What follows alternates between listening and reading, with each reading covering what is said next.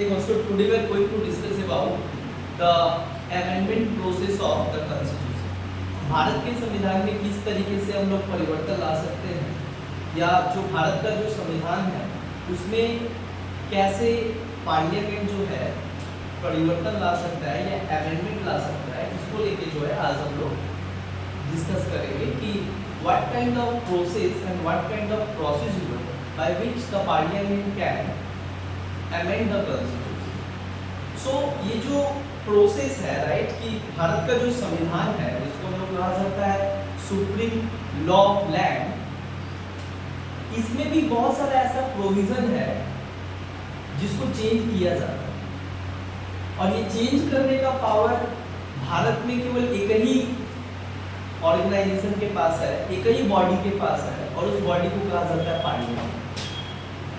हमारे देश में पार्लियामेंट को छोड़ के दूसरा कोई मतलब बॉडी नहीं है जिसके पास पावर दिया गया संविधान में चेंज करने। Only the parliament has power to amend the constitution, है ना। तो इसको लेके जो है आज हम लोग पूरा समझते हैं कि आखिर में जो भारत का संविधान को जो परिवर्तन करने का जो पावर पार्लियामेंट को दिया गया है, तो पार्लियामेंट किस तरीके से भारत के संविधान को परिवर्तन कर सकता है। और उसके साथ हम लोग ये भी डिस्कस करेंगे कि जो भारत का संविधान को कहा जाता है कि सबसे सुप्रीम लॉ ऑफ लैंड, तो क्या संविधान को परिवर्तन करने का जो अधिकार पार्लियामेंट को मिला है, क्या पूरा संविधान को परिवर्तन करने का पावर दिया गया है, या कुछ प्रोविजंस को पार्लियामेंट क्या कर सकता है, केवल चेंज कर सकता है या अमेंड कर सकता है। सो इसको लेके जो है हम लोग डिस्कस करेंगे। तो इसको लोग कहते हैं amendment of constitution, amendment of constitution.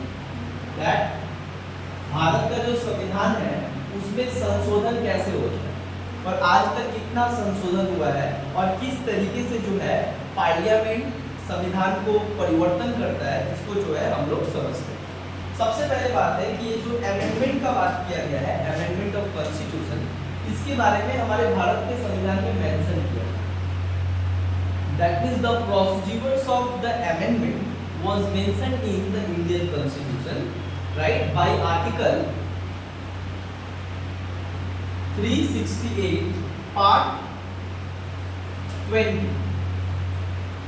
Part 20 Bharat का पार्ट 20 मतलब संविधान का जो पार्ट 20 है, और article 368 that means article 368 provides and empowers the parliament to amend the constitution.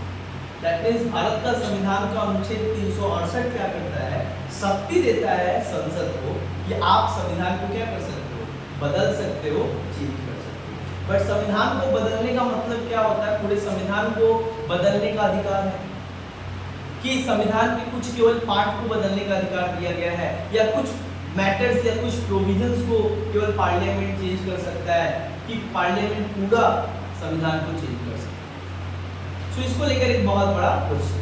But उसके ये चीज समझने से पहले कि पार्लियामेंट को ये जो पावर मिला गया है, आर्टिकल 368 के तहत जो पावर दिया गया है संविधान को चेंज करने का, क्या ये पूरा संविधान को चेंज करने का अधिकार दिया गया है कि कुछ पार्ट को चेंज करने का अधिकार दिया गया है।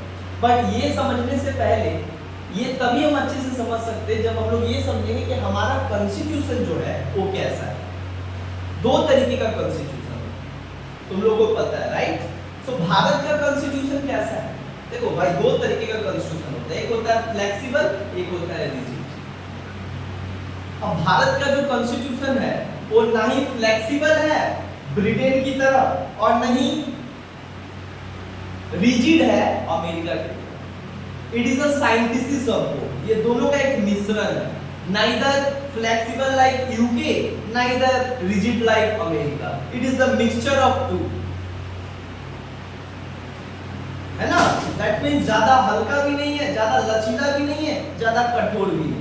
परिवर्तन लाया जा सकता है, लेकिन परिवर्तन लाने का क्या है, बहुत सारा प्रोसेस है, उसके तहत हम लोग क्या कर सकते हैं, संविधान में परिवर्तन ला सकते हैं। मतलब इतना भी सिंपल नहीं है कि एक जैसे बिल पास होता है वैसे हम संविधान में क्या करेंगे, परिवर्तन ला देंगे। वैसा अलग है जो कि ब्रिटेन के संविधान में है कि जैसे बिल बनाया जाता है वैसे ही चेंज भी लाया जाता है। वहां पे कोई मतलब ज्यादा अंतर नहीं है कानून बनाने में और संविधान में चेंज करने में। पर भारत का संविधान कहता है कि Indian constitution is the synthesis of both flexible and rigid. ये मोटा मोटी ज्यादा लचीला भी नहीं है और ज्यादा कठोर भी नहीं, लेकिन इतना है कि ये आसानी से परिवर्तन भी नहीं हो सकता है और आसानी से कोई सोचेगा चेंज कर दे तो चेंज भी नहीं हो सकता है। इसके लिए एक प्रोसेस है, प्रोसीड्यूर। वही प्रोसेस एंड प्रोसीड्यूर को समझना जरूरी है कि वो कौन सा तरीका है और कौन सा मेथड है जिसके जरिए पार्लियामेंट जो है संविधान में चेंज ला सकता है। और जैसे तो एक चीज क्या समझ में है कि हमारा जो कॉन्स्टिट्यूशन है वो क्या है, फ्लेक्सिबल एंड रिजिड बोथ। इसका मतलब होता है ना ही ये पूरा फ्लेक्सिबल है ना ही ये पूरा रिजिड, ये दोनों है। कहीं पे फ्लेक्सिबल भी है कुछ कुछ प्रोविजन को चेंज करने में और कहीं पे क्या है, स्ट्रांग भी। समझ में आ रहा है? तो ये चीज जो है हम लोग का एक फीचर है। दूसरा, हमारे देश में जो है संविधान सबसे ऊपर है और उसमें जो चेंज लाना, हाँ चेंज हो ही सकता है समय के साथ, क्योंकि संविधान तो बनाया गया 1950 के समय में और आज चल रहा है 2025। तो कुछ कुछ ऐसे कानून हैं जो बेसिकली उस समय के लिए बनाया गया था, बट आज के समाज के लिए क्या है, आज के समाज के लिए वो सही नहीं है, तो उसको चेंज करना काफी ज्यादा जरूरी है, अमेंडमेंट करना काफी ज्यादा जरूरी है, अपडेट करना काफी ज्यादा जरूरी है। तो संविधान में चेंजेस तो लाना ही पड़ेगा, इसीलिए मेथड है और पावर दिया गया पार्लियामेंट को चेंज करने। तो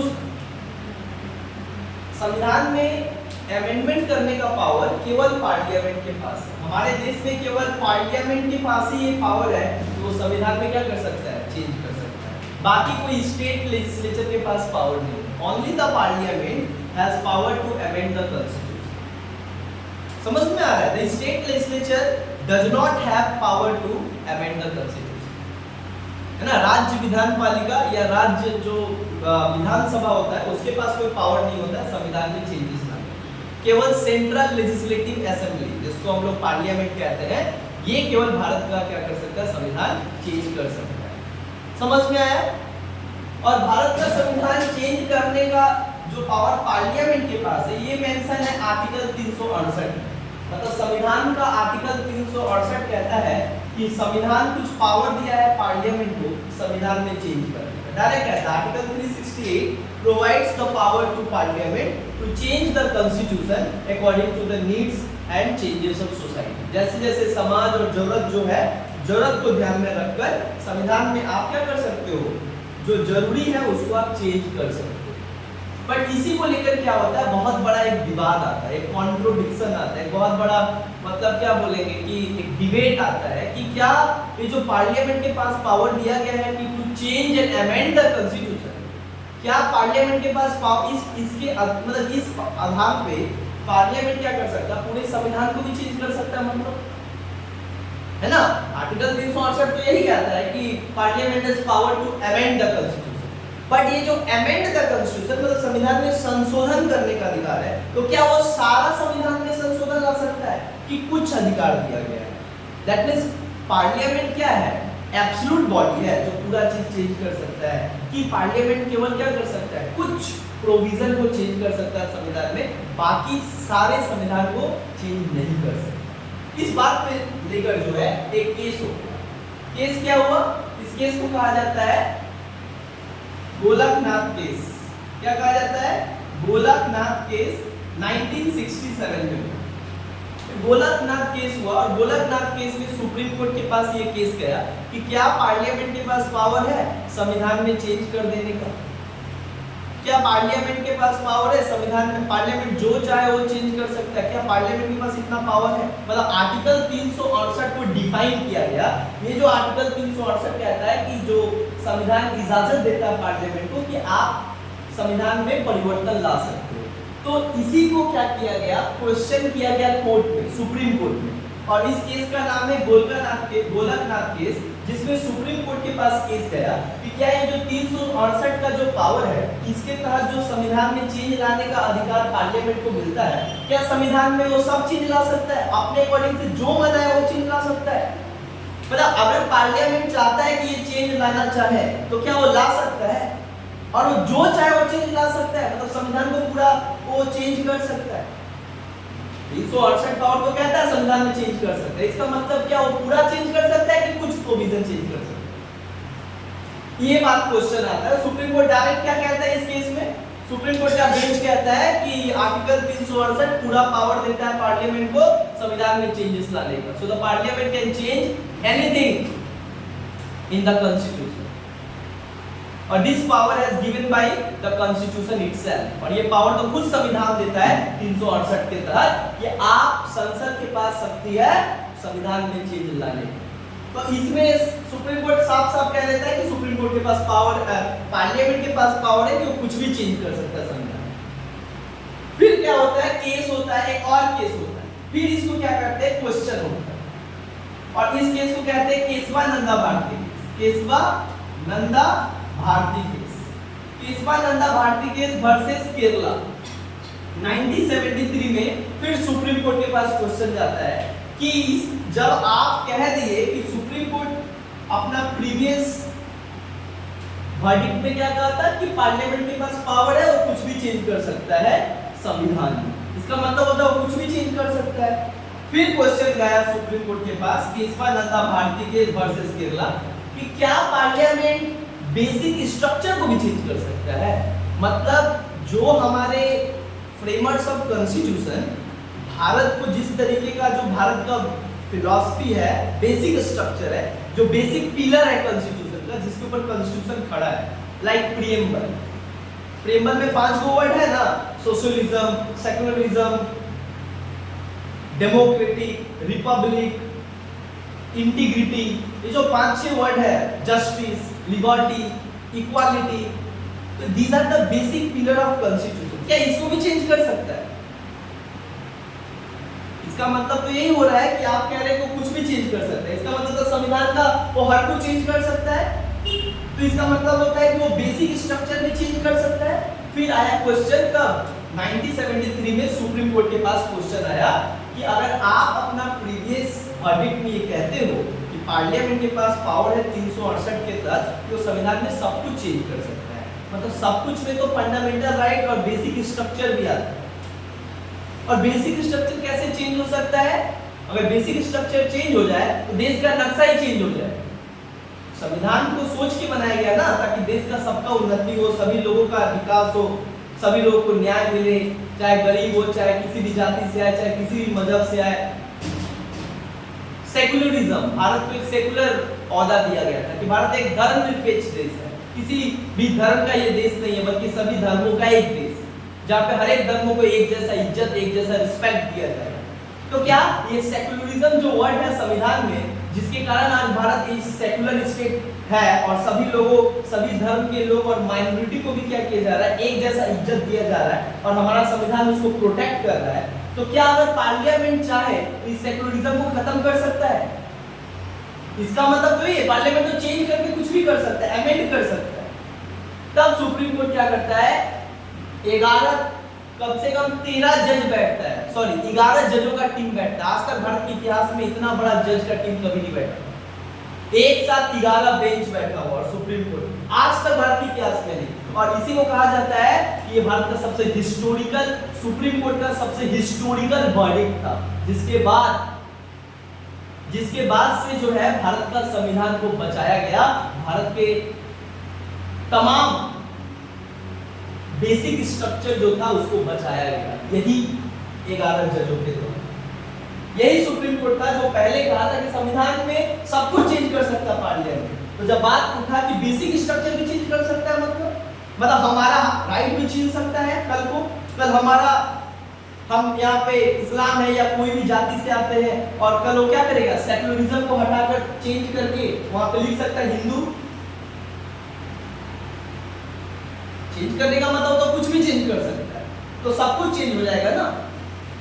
तब क्या होता है, सुप्रीम कोर्ट कहता है इस केस में कि no, parliament has power to change the constitution. Power मतलब पार्लियामेंट के पास, संसद के पास ये शक्ति है कि वो संविधान में क्या कर सकता है, चेंज कर सकता है, but not the basic structure of constitution, the historical decision and verdict given by supreme court in the Kesavananda Bharati case. ये जो 1973 में केसवा नंदा भारती केस हुआ, इसमें जजों का क्या किए, अपना पहले का जो डिसीजन था उसको क्या किए, रिजेक्ट कर दिए, और फिर इस बार नया डिसीजन क्या देते हैं कि बेसिक स्ट्रक्चर को कोई नहीं चेंज कर सकता है, no changes in basic structures, no changes in basic structure. इसका मतलब होता है जो संविधान का बेसिक स्ट्रक्चर होगा उसमें कोई परिवर्तन नहीं होगा। पार्लियामेंट भी क्या कर सकता है, संविधान का बेसिक स्ट्रक्चर चेंज नहीं कर सकता। अब बोला गया बेसिक स्ट्रक्चर मतलब जितना प्रीएम्बल में लिखा गया है वो सब बेसिक स्ट्रक्चर है, लाइक फंडामेंटल राइट, डीपीएसपी, समझ में आ रहा है? This all are the basic structures of constitution. Federal system, this all are the basic structures of constitution and it can not be changed by the parliament through amendment, through this 368 बस power देता parliament को कि वो कुछ संविधान का provision को change कर सकता है, बट वो क्या नहीं चेंज करेगा, basic structure.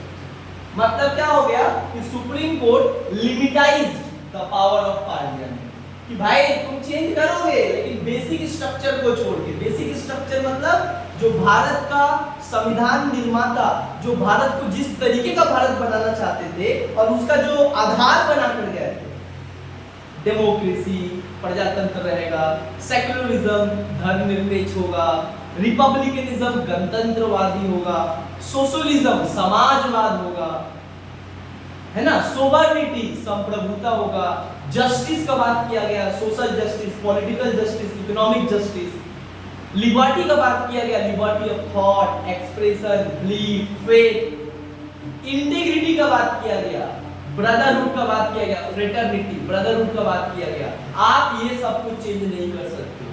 You can change anything in the constitution except the basic structure. और ये डायरेक्ट किसके द्वारा दिया गया डिसीजन, सुप्रीम कोर्ट के द्वारा। और ये डिसीजन जो है भारत में सबसे हिस्टोरिकल जजमेंट के रूप में देखा जाता है, जिसके बाद से मानो ऐसा लगता है कि भारत का सुप्रीम कोर्ट सचमुच act as a guardian of constitution, सचमुच वो भारत के संविधान को बचाना और भारत के संविधान का एक अभिभावक के रूप में जो है वो संविधान को क्या किया, प्रोटेक्ट करने का काम किया। किससे, लेजिस्लेटिव पावर ऑफ गवर्नमेंट, सरकार का जो इंटरफेरेंस था कि हम संविधान में भी चेंज कर सकते हैं, बट वो क्या किया, सुप्रीम कोर्ट पहला बार कहा आप संविधान में चेंज तो कर सकते हो लेकिन कुछ बेसिक प्रोविजन को चेंज कर सकते हो, संविधान के सारे बेसिक स्ट्रक्चर को चेंज नहीं कर सकते। समझ में आ रहा है? सबसे हिस्टोरिकल ये क्या था, जजमेंट। अब बात आता है कि इसी जजमेंट में कहा गया कि देखो भाई 368 जो है भारत का संविधान का जो 368 है वो कहता है कि भारत का संविधान में पार्लियामेंट तीन तरीके से, तीन मेथड है परिवर्तन करने। कितना मेथड है, तीन। मतलब there are the three method by which the parliament can amend the constitution except basic structure.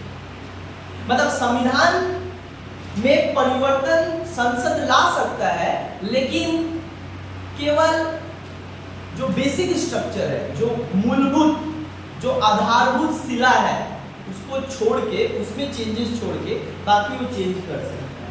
और ये चेंजेस कितने तरीके के मेथड से होगा, तीन तरीके से। That means article 368 provides the three method to amend the constitution. That means आप तीन तरीके से भारत के संविधान को चेंज कर सकते हो और तीन मेथड है, तीनों मेथड अलग अलग है। पहले कहा गया कि देखो भाई पार्लियामेंट के पास ही तो केवल पावर है संविधान में चेंज लाने का, तो पार्लियामेंट तीन तरीके से संविधान में चेंज ला सकता है। पहला तरीका है सिंपल मेजॉरिटी। कैसे लाएगा, सिंपल मेजॉरिटी।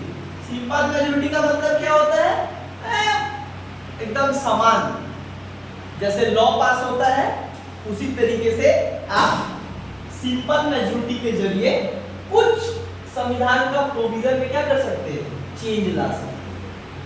अब बात आता है कि जो सिंपल मेजॉरिटी है, ध्यान दो, सिंपल मेजॉरिटी का मतलब क्या होता है, सामान्य बहुमत के आधार पे संसद क्या कर सकता है, संविधान के किसी कुछ प्रोविजन में चेंज ला सकता है bye simple method, bye simple majority. और ये जो सिंपल मेजॉरिटी होगा, ये कौन कौन सा मैटर है जो सिंपल मेजॉरिटी के द्वारा संसद चेंज कर सकता है संविधान में, तो उसके बारे में तुमको समझाना है। सबसे पहला मैटर क्या है, सबसे पहला मैटर है एबोलिशन और क्रिएशन ऑफ स्टेट। मान लो किसी नए राज्य को बनाना है या किसी राज्य को यूनियन टेरिटरी बनाना है ना। मान लो कोई नया राज्य, 28वीं स्टेट है अभी, कल कोई और एक स्टेट डिमांड कर दिया भाषा के आधार पे, तो उसको हम एक और स्टेट बनाएंगे, तो संविधान को लिखना होगा ना कि हाँ ये एक नया स्टेट आया। तो ये सिंपल मेजॉरिटी के जरिए कर सकते। क्या बोले, एबोलिशन और क्रिएशन ऑफ स्टेट, नए राज्यों का उत्पत्ति, निर्माण, और किसी राज्यों का पतन या किसी राज्य को संविधान में से हटाने को लेकर जो है आप सिंपल मेजॉरिटी के तहत चेंज कर सकते हैं। अब सिंपल मेजॉरिटी मतलब क्या होता है, ध्यान, सिंपल मेजॉरिटी का मतलब होता है जहां पे जितना लोग आए हैं संसद में, संसद में तो दो हाउस होता है, एक होता है लोकसभा, एक होता है राज्यसभा। लोकसभा में आपको सिंपल मेजॉरिटी से पास करवाना पड़ेगा, वही बिल को फिर राज्यसभा में भी आपको सिंपल मेजॉरिटी से पास करवाना पड़ेगा, एंड देन राष्ट्रपति का सिग्नेचर करवाना पड़ेगा, तब जाकर संविधान में आप क्या कर सकते हो, चेंजेस कर सकते हो। सिंपल मेजॉरिटी के जरिए आप परिवर्तन ला सकते हो संविधान में कुछ कुछ प्रोविजन में। बट ये जो सिंपल मेजॉरिटी का जो बिल पास करवाओगे, मतलब कॉन्स्टिट्यूशनल बिल पास करवाओगे, अमेंडमेंट बिल पास करवाओगे, ये दोनों हाउस से पास करवाना पड़ेगा। और कौन सा मेजॉरिटी, सिंपल मतलब 33.3%, 33.5%, मतलब जितना लोग हो संसद में उसका 33.5% आपको क्या चाहिए, मेजॉरिटी चाहिए, लोगों का सपोर्ट चाहिए इस बिल को क्या करने के लिए, पास करने। अब समझाते हैं कि कौन कौन सा मैटर आता है, या कौन कौन सा ऐसा मैटर है जो सिंपल मेजॉरिटी के जरिए संविधान में चेंजेस लाया जा सकता है और पार्लियामेंट उसको चेंज ला सकता है। पहला हुआ किसी नए राज्य को बनाना हुआ, या किसी राज्य को क्या करना हुआ, खत्म करना हुआ, तो सिंपल मेजॉरिटी के जरिए कर सकते हैं। दूसरा किसी राज्य का नाम चेंज करना, राइट, किसी राज्य का नाम चेंज करना है तो उसको भी सिंपल मेजॉरिटी के जरिए कर सकता है। जैसे पहले उड़ीसा था, अभी हो गया उड़ीसा, उड़ीसा हो गया, ODD, पहले था उड़ीसा। समझ में आ रहा है, पहले क्या था, पहले था पौंडीचेरी, अभी हो गया पुडुचेरी। समझ में आ रहा है नाम कैसे चेंज हो रहा है। तो जो नाम चेंज हो रहा है, तो संविधान में तो पहले ये नाम था, अब इसको हटा के ये नाम करना है, तो ये सिंपल मेजॉरिटी के जरिए आप कर सकते हो। किसी नए राज्य का नाम चेंज करना या नया नाम रखना आप सिंपल मेजॉरिटी के तहत कर सकते हो। समझ में आ रहा है, चेंजेस ऑफ मतलब नेम ऑफ स्टेट, किसी नया राज्य का नाम रखना है तो ये कर सकते हो। तीसरा क्या है, एबोलिशन और क्रिएशन, एबोलिशन और क्रिएशन ऑफ लेजिस्लेटिव काउंसिल। क्या है, लेजिस्लेटिव काउंसिल, इसका मतलब होता है लेजिस्लेटिव काउंसिल इन स्टेट। देखो हम क्या पढ़ाए थे कि हर एक स्टेट का अपना क्या होता है, स्टेट लेजिस्लेचर होता है, और कोई कोई स्टेट लेजिस्लेचर यूनिकैमरल होता है जहाँ पे लेजिस्लेटिव असेंबली ही केवल होता है, और कोई कोई बाइकैमरल होता है जहाँ पे लेजिस्लेटिव असेंबली और लेजिस्लेटिव काउंसिल। बट जो स्टेट के पास लेजिस्लेटिव काउंसिल नहीं है, मतलब यूनिकैमरल है, बट वो डिमांड करता है कि हमको चाहिए लेजिस्लेटिव काउंसिल, क्योंकि काम बढ़ गया है, पॉपुलेशन बढ़ गया है, तो उस टाइम पे पार्लियामेंट क्या कर सकता है, किसी राज्य के लिए लेजिस्लेटिव काउंसिल का निर्माण कर सकता है, या जहां पे है वो अगर बोलता है कि खत्म कर दो, हमको नहीं चाहिए, तो खत्म भी कर सकता है और नया निर्माण भी कर सकता है। बट कौन सा मेथड के जरिए, सिंपल मेजॉरिटी। इसका मतलब होता है सिंपल जस्ट पार्लियामेंट में पास करवा के बना भी सकता है, खत्म भी कर सकता है। समझ आया? और लास्ट एक और समझ लो, और कौन सा सिंपल मेजॉरिटी के जरिए संविधान में चेंज कर सकते हैं? मान लो ये जो भारत का कोई भी ऑफिशियल लैंग्वेज रखना है, समझ में आ रहा? ऑफिशियल लैंग्वेज रखना है, या तुम अगर चाहते हो कि English language should be accepted as an official language in the parliament and in the country। मान तुम चाहते हो कि कोई लैंग्वेज को क्या मिले? ऑफिशियल लैंग्वेज का दर्जा मिले। तो भारत में बहुत सारा शेड्यूल में टोटल अभी लैंग्वेज कितना है? 22। किसी और एक को जोड़ना है या उसको आपको रिकॉग्नाइज करना है, yes these are the legal language in India, तो उसको भी आप कैसे कर सकते हो? मतलब कि कोई नया लैंग्वेज को रिकॉग्नाइज करने के लिए आपको और संविधान में लिखने के लिए आप क्या कर सकते हो? सिंपल मेजॉरिटी के जरिए उसको कर सकते हो। समझ में आ रहा है? चलो आगे। तो ये सिंपल मेजॉरिटी के जरिए पार्लियामेंट क्या कर सकता है? संविधान में चेंज कर सकता है ना? और सिंपल मेजॉरिटी का मतलब लोकसभा और राज्यसभा दोनों सदन से जितने भी लोग बैठे हुए हैं उसका 33.5% लोग इस बिल पे क्या करेंगे? अगर सपोर्ट करेंगे तब जाकर ये बिल राज्यसभा में जाएगा। वहां भी अगर 33.5% सपोर्ट करेंगे तब राष्ट्रपति जब तक साइन नहीं करेंगे तब तक संविधान में चेंजेस नहीं होंगे। क्लियर हुआ? तो एक सिंपल मेजॉरिटी। अब दूसरा समझो, एक आता है स्पेशल मेजॉरिटी। क्या होता है? Special majority. तुम बोलोगे स्पेशल मेजॉरिटी क्या होता है? देखो स्पेशल मेजॉरिटी ये दूसरा तरीका है संविधान के कुछ प्रोविजन को चेंज लाने। मतलब article 368 provides the 3 method to change the constitution. एक मेथड को सिंपल मेजॉरिटी, तो इसमें ना बड़ा मतलब क्या बोलेंगे, मतलब जनरल मैटर आता है कि ये सब चेंज करने के लिए सिंपल मेजॉरिटी लगता है। But special majority required only for those matters which is essentially important for the country. जो बहुत इंपॉर्टेंट मुद्दा है, जो बहुत इंपॉर्टेंट मैटर है, उसको संविधान अगर चेंज करना चाहता है या उसमें छेड़छाड़ करना चाहता है तो उस समय उसको स्पेशल मेजॉरिटी चाहिए। आप अब सिंपल मेजॉरिटी के तरफ थे, सिंपल मेजॉरिटी तो सरकार के पास होता है, स्पेशल मेजॉरिटी चाहिए। स्पेशल मेजॉरिटी क्या कहता है? स्पेशल मेजॉरिटी कहता है, स्पेशल मेजॉरिटी ये कहता है 2/3 मेजॉरिटी चाहिए अगर आप इस मैटर में चेंज करना चाहते हो तो।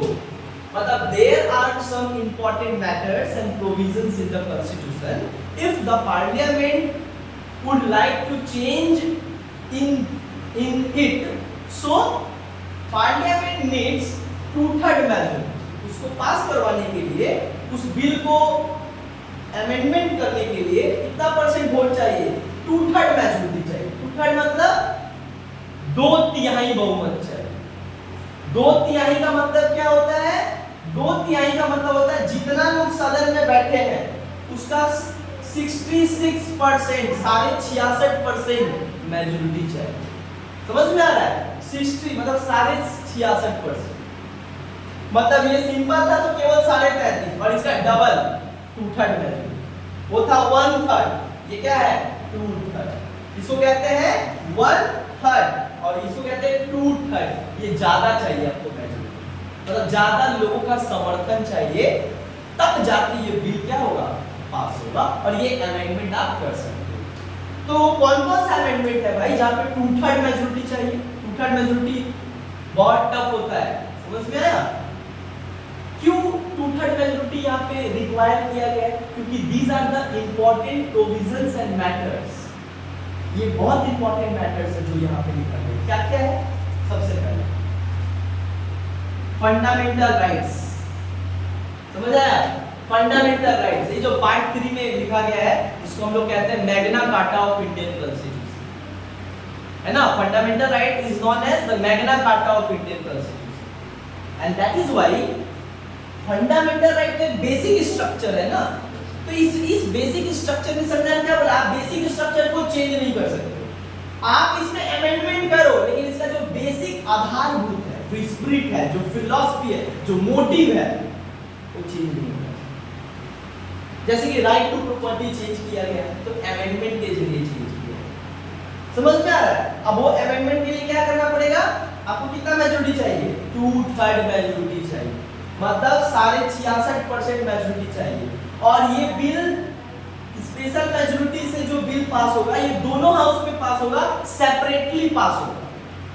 याद रखना है, अमेंडमेंट लाने के लिए जो बिल पेश किया जाता है उसमें जॉइंट सेशन का कोई ये नहीं होता है, प्रोसेस नहीं होता है, मतलब there is no provision of the joint session of parliament कि दोनों सदन को मिलाकर क्या करे, पास करवा दे ना।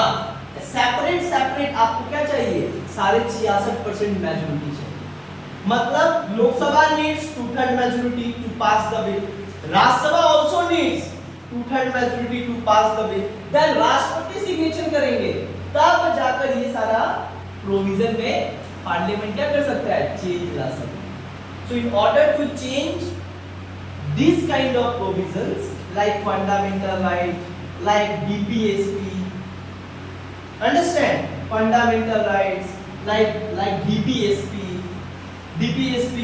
फंडामेंटल राइट्स हो गया, DPSP हो गया। आप चाहते हो कि फंडामेंटल राइट्स में चेंज करना तो पार्लियामेंट को क्या चाहिए? 2/3 मेजॉरिटी चाहिए। वो चाहता है DPSP में चेंज करना, कुछ DPSP में चेंज लाए, उसको क्या चाहिए?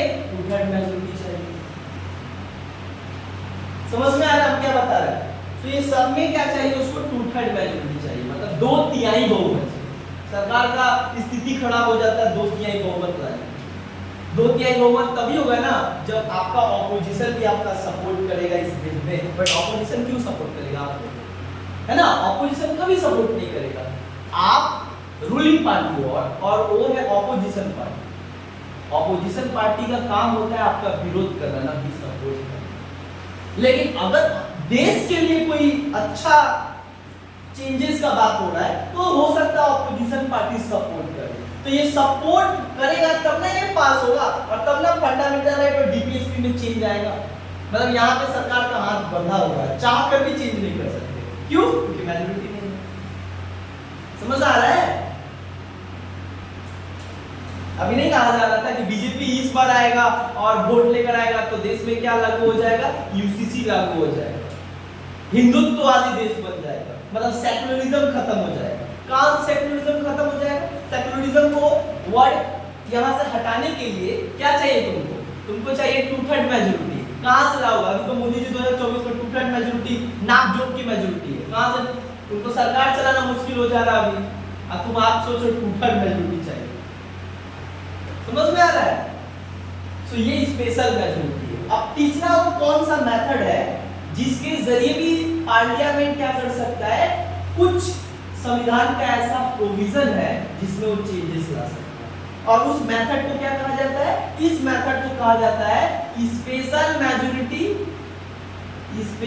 Majority with half of state assembly. Half of state assembly मतलब एकदम क्लियर तुमको समझा दे कि 2/3 बहुमत तो चाहिए। 2/3 बहुमत के साथ साथ भारत में जितना स्टेट है, 28 स्टेट है, तो कम से कम उसका हाफ मतलब 14 स्टेट का समर्थन चाहिए इस बिल को पास करने में। मतलब 2/3 मेजॉरिटी पार्लियामेंट में, अब बाकी सारे स्टेट में 14 स्टेट आपके इसके फेवर में होना चाहिए, मतलब वो अपने लेजिस्लेचर से इस बिल को सपोर्ट करने के लिए सिंपल मेजॉरिटी पास करना होगा। मतलब स्टेट को सिंपल मेजॉरिटी के जरिए आपको सपोर्ट करना पड़ेगा और आपको पार्लियामेंट में कितना चाहिए? 2/3 मेजॉरिटी। मतलब पार्लियामेंट में जो लोकसभा है और राज्यसभा है, कुछ ऐसे मैटर है और कुछ ऐसा इंपॉर्टेंट प्रोविजन है संविधान में जो बेसिक स्ट्रक्चर से जुड़ा हुआ है, अगर उसको पार्लियामेंट चेंज करना चाहता है या तोड़ मरोड़ करना चाहता है तो उसके लिए पार्लियामेंट को कितना मेजॉरिटी चाहिए? 2/3 मतलब स्पेशल मेजॉरिटी। उसके साथ हाफ ऑफ स्टेट, मतलब भारत में जितना स्टेट है 28 स्टेट है तो उसका हाफ मतलब 14 स्टेट का क्या चाहिए? समर्थन चाहिए। किसको? Parliament.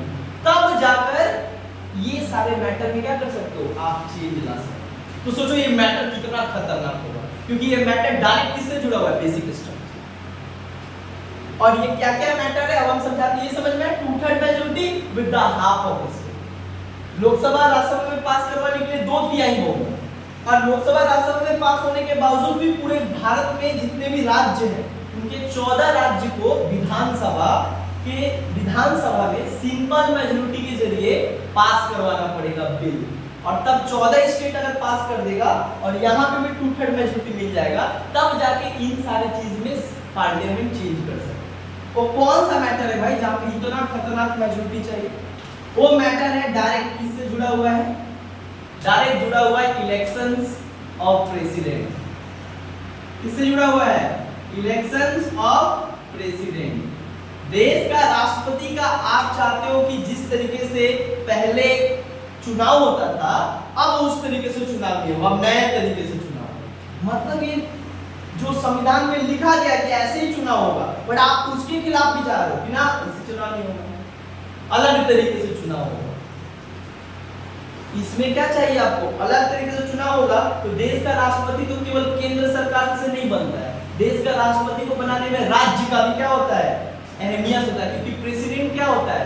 President represents the state, देश को रिप्रेजेंट करते हो, पूरे देश का राष्ट्रपति होते हैं। देश का मतलब होता है सारे राज्यों का राज्यों का भी क्या होते हैं, राज्यों का उनका समर्थन होता है ना इलेक्शन में। तो उसमें कुछ गड़बड़ी या चेंज करना चाहते हो तो राज्य का क्या चाहिए, आपको सपोर्ट चाहिए। इसीलिए इतना खतरनाक मेजॉरिटी चाहिए। मतलब आप चाहते हो कि इलेक्शन जिस तरीके से पहले राष्ट्रपति का होता था, अब उस तरीके से ना, प्रधानमंत्री राष्ट्रपति को बनाएगा, जो प्रधानमंत्री जिसको वोट देगा वो बन जाएगा राष्ट्रपति। अब पहले क्या था, नहीं प्रधानमंत्री नहीं, पार्लियामेंट पूरा और सारा स्टेट जिसको समर्थन करेगा वही राष्ट्रपति बनेगा। क्योंकि राष्ट्रपति राष्ट्र का head of state, so head of state is elected by the people of state. समझ में आ रहा है? इसीलिए इलेक्शन मैनर चेंज ना हो। दूसरा क्या बात किया गया, फेडरल स्ट्रक्चर। फेडरल स्ट्रक्चर, मान लो फेडरल स्ट्रक्चर में चेंज करना चाहता है। क्या चेंज करना चाहता है? जैसे आज सेंट्रल गवर्नमेंट और स्टेट गवर्नमेंट दोनों को पावर दिया गया है ना। सेंट्रल गवर्नमेंट को देश चलाने के लिए, स्टेट गवर्नमेंट को अपने स्टेट चलाने के लिए। सेंट्रल गवर्नमेंट का भी क्या है, यूनियन लिस्ट है, स्टेट गवर्नमेंट का भी क्या है, स्टेट लिस्ट है। लेकिन मानो सरकार आया एक तो, और सरकार मोदी जी चाहते हैं इस तरह स्टेट वाला बड़ा उड़ रहा है ना, चीफ मिनिस्टर ज्यादा पावरफुल हो गया प्रधानमंत्री से, हम जा रहे हैं वहां पे मेरे को वैल्यू नहीं मिल रहा है ना। पश्चिम बंगाल में चौपड़े उतरने नहीं दिए, देश के प्रधानमंत्री का चौपड़े नहीं उतरने दिए। कभी कभी देश के प्रधानमंत्री को लगता है कि भाई लोग चीफ मिनिस्टर, हम प्रधानमंत्री बन के इतना हमारे पास पावर नहीं है कि इसकी स्टेट में जा रहे तो इससे परमिशन लेना पड़ता है। तो प्रधानमंत्री के मन में आ ही सकता है कि काम करते हैं, सिस्टम ही चेंज करते हैं। तो क्या चेंज करेंगे, ये जो पहले स्टेट को इतना जो पावर दिया गया है, सारा पावर चेंज। यही है फेडरल स्ट्रक्चर, मतलब centre state division of power. तो सेंटर क्या चाह रहा है कि इनका सारा स्टेट लिस्ट के ऊपर जो कानून ये लोग बना रहा है, इसको भी पावर छीन लेते हैं, हम ही बनाएंगे का। तो अब तुम्हारा वहां पे स्टेट गवर्नमेंट रहना ना रहना बराबर है, कोई वैल्यू नहीं देगा। तो ये जो है फेडरल सिस्टम, आप चाहते हो राज्य सरकार की शक्ति को कम करना और केंद्र सरकार की शक्ति को बढ़ा देना। तो ये क्या है, फेडरल स्ट्रक्चर को आप तोड़ मरोड़ करना चाहते हो, सिस्टम में आप चेंज लाना चाहते हो। तो इसके लिए क्या करना पड़ेगा, आपको इतना बड़ा मेजॉरिटी चाहिए। समझ आ रहा है? Federal structure. दूसरा, high court and supreme court के जो जज होते हैं, उनका जो प्रोसीजर है, उनका जो तौर तरीका है, उनका जो इलेक्शन है, उनका जो अपॉइंटमेंट प्रोसीजर है। समझ में आ रहा है हम क्या बता रहे हैं? देश का जो सुप्रीम कोर्ट का जज होते हैं और जो हाई कोर्ट के जज होते हैं, उनका जो इलेक्शन और उनको जो हटाने का तरीका है, वो किस तरीके से काम करते हैं, कौन उनको अपॉइंट करता है। देश का प्रधानमंत्री को अगर ऐसा लगता है पार्लियामेंट को जिसके पास बहुत मेजॉरिटी आ जाता है, तो साला सुप्रीम कोर्ट बात पे हम लोग को क्या करता है, फटकार देते हैं। क्योंकि सुप्रीम कोर्ट तो गार्डियन है कॉन्स्टिट्यूशन, वो डायरेक्ट क्या करता है, गवर्नमेंट अगर कुछ अगेंस्ट काम करता है संविधान का, तो डायरेक्ट गवर्नमेंट को क्या करता है, गर्दन पकड़ता है। बोले साला इतना शक्ति है सुप्रीम कोर्ट के पास संविधान में कि हमको भी क्या करता है, बोल देता है, कुछ सरकार को कुछ बोल देता है, बोलता है एक काम कर, इसका शक्ति के कारण इतना उड़ रहा है, शक्ति क्षेत्र मतलब आर्टिकल 131, आर्टिकल 142 ये जो सुप्रीम कोर्ट को इतना ज्यादा पावर देता है, इंटरप्रेटर ऑफ कॉन्स्टिट्यूशन कहते हैं। Supreme court act as an interpreter of constitution, मतलब पार्लियामेंट के द्वारा बनाया गया कानून सुप्रीम कोर्ट क्या कर सकता है, जुडिशियल रिव्यू कर सकता है। जुडिशियल रिव्यू का मतलब उसको चेक कर सकता है, और कोई भी संविधान का बेसिक स्ट्रक्चर को क्या करता है, अगर बनाया गया कानून वायलेट करता है तो सुप्रीम कोर्ट के पास पावर है उसको अनकॉन्स्टिट्यूशनल घोषित कर देने के लिए और फाड़ के फेंक देने के लिए, दोबारा वो देश में कभी बनेगा नहीं। मतलब ये जो पावर है सुप्रीम कोर्ट के पास, मतलब पार्लियामेंट तुम कितना भी कानून क्यों ना बनाओ, लेकिन अगर सुप्रीम कोर्ट अगर चाहते कि इस कानून को लागू नहीं होने देना है तो नहीं लागू करता। ये जो पावर है सुप्रीम कोर्ट के पास, कभी कभी सरकार को लगता है कि इसको ही चेंज कर दो, ये जो पावर इतना दिया गया पावर को क्या करो, घटा दो। बट पावर को घटाने के लिए तो पहले अमेंडमेंट लाना पड़ेगा, और अमेंडमेंट के लिए आपको इतना मेजॉरिटी लाना पड़ेगा। समझ में आया?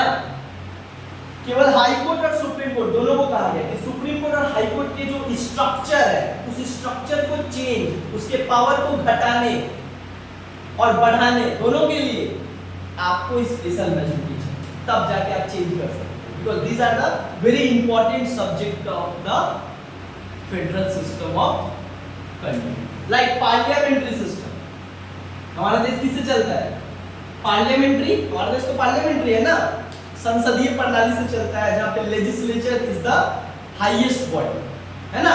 हमारा देश तो पार्लियामेंट्री मेथड से चलता है, जहां पे पार्लियामेंट ही क्या करता है, सब डिसाइड करता है। Executive is under the control of parliament and all the cabinet ministers are responsible to the Lok Sabha parliament. That is what parliamentary system, जो पार्लियामेंट में जीतता है वही सरकार बनाता है, इसी को तो पार्लियामेंट्री सिस्टम कहा जाता है। पार्लियामेंट्री सिस्टम को वेस्टमिनिस्टर सिस्टम भी कहा जाता है। क्यों? पार्लियामेंट्री सिस्टम जो है वो तो हम ब्रिटेन से लिए थे ना, उसको मदर ऑफ पार्लियामेंट कहा जाता है। England is known as the mother of parliament, उसी से हम लोग क्या किए, उसी का कॉपी कर लिए थे, तो हम लोग को भी कहा जाता है पार्लियामेंट्री सिस्टम। जो पार्लियामेंट में जीतता है वही जाके कल सरकार बनाता है, बट जितना भी सरकार बन जाता है सबको आना कहाँ पड़ेगा, पार्लियामेंट में हाजिरी देनी, इसी कहते हैं पार्लियामेंट्री सिस्टम। बट कोई चाहता है पार्लियामेंट्री सिस्टम में प्रधानमंत्री है, तो बोलता है काम करते हैं पार्लियामेंट्री सिस्टम को खत्म कर देते हैं, प्रेसिडेंशियल सिस्टम बना दो। अरे भाई तो अगेंस्ट है ना, संविधान में लिखा है पार्लियामेंट्री सिस्टम से ही देश चलेगा, अब तुम चाह रहे हो ना पार्लियामेंट्री सिस्टम को खत्म कर देते हैं, प्रेसिडेंशियल सिस्टम अमेरिका जैसा बना देते हैं भारत को, कि जहां पे केवल एक राष्ट्रपति रहेगा, कोई प्रधानमंत्री का पोस्ट नहीं रहेगा और वही सब हेड रहेगा। समझ में आ रहा है? ये सब चीज अगर आप चेंज करना चाहते हो तो you need what, you need special majority with half of state. आपको स्पेशल मेजॉरिटी के साथ साथ 2/3 बहुमत के साथ साथ आपको देश के 14 से 15 राज्यों का समर्थन चाहिए by special majority, simple majority. समझ में आ रहा है? तो तब जाकर आप क्या कर सकते हो, संविधान में चेंजेस कर सकते। सो ये हमारा कंप्लीट था कि कैसे पार्लियामेंट किसी भी चीज में परिवर्तन कर सकता है। पार्लियामेंट के पास पावर है चेंज करने का, बट तो 3 तरीके का मेथड दिया गया कि सिंपल मेजॉरिटी से चेंज कर सकते हो, ये सारा मैटर है। स्पेशल मेजॉरिटी, 2/3 मेजॉरिटी के द्वारा ये सब चेंज कर सकते हो, और special majority with half of state के द्वारा ये सब चेंज कर सकते हो। बट इसको माना जाता है बेसिक स्ट्रक्चर ऑफ कॉन्स्टिट्यूशन, मतलब इसके खिलाफ जाना, इसका मतलब होता है कि देश के संविधान का उल्लंघन है ना। आप इसमें जो कुछ है उसको चेंज कर सकते हो, खत्म नहीं कर सकते। थर्ड वाला इलेक्शंस ऑफ प्रेसिडेंट ना, ये जो मेथड नहीं, special majority with the half of state, ये चेंज करने का मतलब होता है कि आप संविधान को ही चेंज कर रहे हो, है ना। संविधान तो इसी के ऊपर है ना पूरा, elections of president, supreme court and high court का the manner by which the supreme court and high court self consist and perform their activity. समझ आया? इसको चैलेंज करने का कोशिश किया जाता है, बट पॉसिबल नहीं है ना। 15 स्टेट में तुम्हारा सरकार होना चाहिए, 2/3 मेजॉरिटी होना चाहिए, कहां से लाओ? और ऐसा तो है नहीं कि बाकी ऑपोजिशन है ही नहीं है, ऑपोजिशन भी तो है, उसको भी तो सीट मिल रहा है, तो आप कहां से ला सकते? ये पॉसिबल नहीं है। डेमोक्रेसी में ये पॉसिबल नहीं है और होना भी नहीं चाहिए। अगर ये हो गया मतलब डेमोक्रेसी खत्म हो जाएगा, है ना। तो संविधान जो है, और ये सब चीज का देखरेख करने का काम कौन करता है कि कोई गलत तरीके से, मिसयूज तरीके से संविधान में तो गलत तरीके से चेंजेस तो नहीं हो रहा है ना। ये देखने का काम किसका होता है? ये सब अमेंडमेंट का ध्यान कौन रखता है? Supreme court. इसलिए सुप्रीम कोर्ट को कहा जाता है कि गार्जियन ऑफ कॉन्स्टिट्यूशन, संविधान का अभिभावक या पिता कहा जाता है, क्योंकि वो संविधान में नजर रखता है संविधान पे कि ये जो जितने भी जो गवर्नमेंट है, गवर्नमेंट मतलब एग्जीक्यूटिव और लेजिस्लेटिव, ये इसमें कोई इंटरफेयर तो नहीं कर रहे ना संविधान में। समझ में पावर दिया गया ना आर्टिकल 147, देखो ना सुप्रीम कोर्ट के पास पावर है आर्टिकल 147 में। क्या पावर दिया गया सुप्रीम कोर्ट को? Supreme court has power to interpretation. Interpretation मतलब क्या होता है? इंटरप्रेट कर सकता है संविधान, कानून को इंटरप्रेट कर सकता है। समझ में आ रहा है? संविधान मतलब सुप्रीम कोर्ट इंटरप्रेट कर सकता है जो कानून पार्लियामेंट के द्वारा बनाया है, क्योंकि स्टेट के पास तो पावर नहीं होता संविधान चेंज करने को लेके। पावर किसके पास होता है? पार्लियामेंट। तो इस तरीके से क्या होता है, संविधान पार्लियामेंट और सरकार को क्या करता है? मिसयूज अपना पावर ना हो इससे रोकता है। और इससे सबसे अच्छा केस पड़ा है केशवानंदा भारती केस, जहां पे संविधान साफ साफ कह रहे हैं you can change whatever you want in the constitution except basic structures of constitution। आप जो चीज चेंज करना है संविधान में चेंज करो, but you have to follow the procedure of the amendment।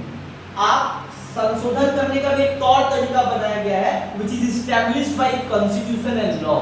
कानून और संविधान के जरिए द्वारा जो बनाया गया तौर तरीका है, उसी के तहत आप संविधान में चेंजेस लाएंगे, और आप बेसिक स्ट्रक्चर को चेंज नहीं कर सकते। Why? Because it is against the spirit and philosophy of constitution। समझ में आया? और बेसिक स्ट्रक्चर मतलब प्रीएम्बल में जितना कुछ लिखा है, all are the basic structure। Fundamental rights, DPSP, justice, liberty, equality, fraternity, तो जो 5 वर्ड है जो बताया तुम लोगों को, तो सब ठीक है, समझ में? सो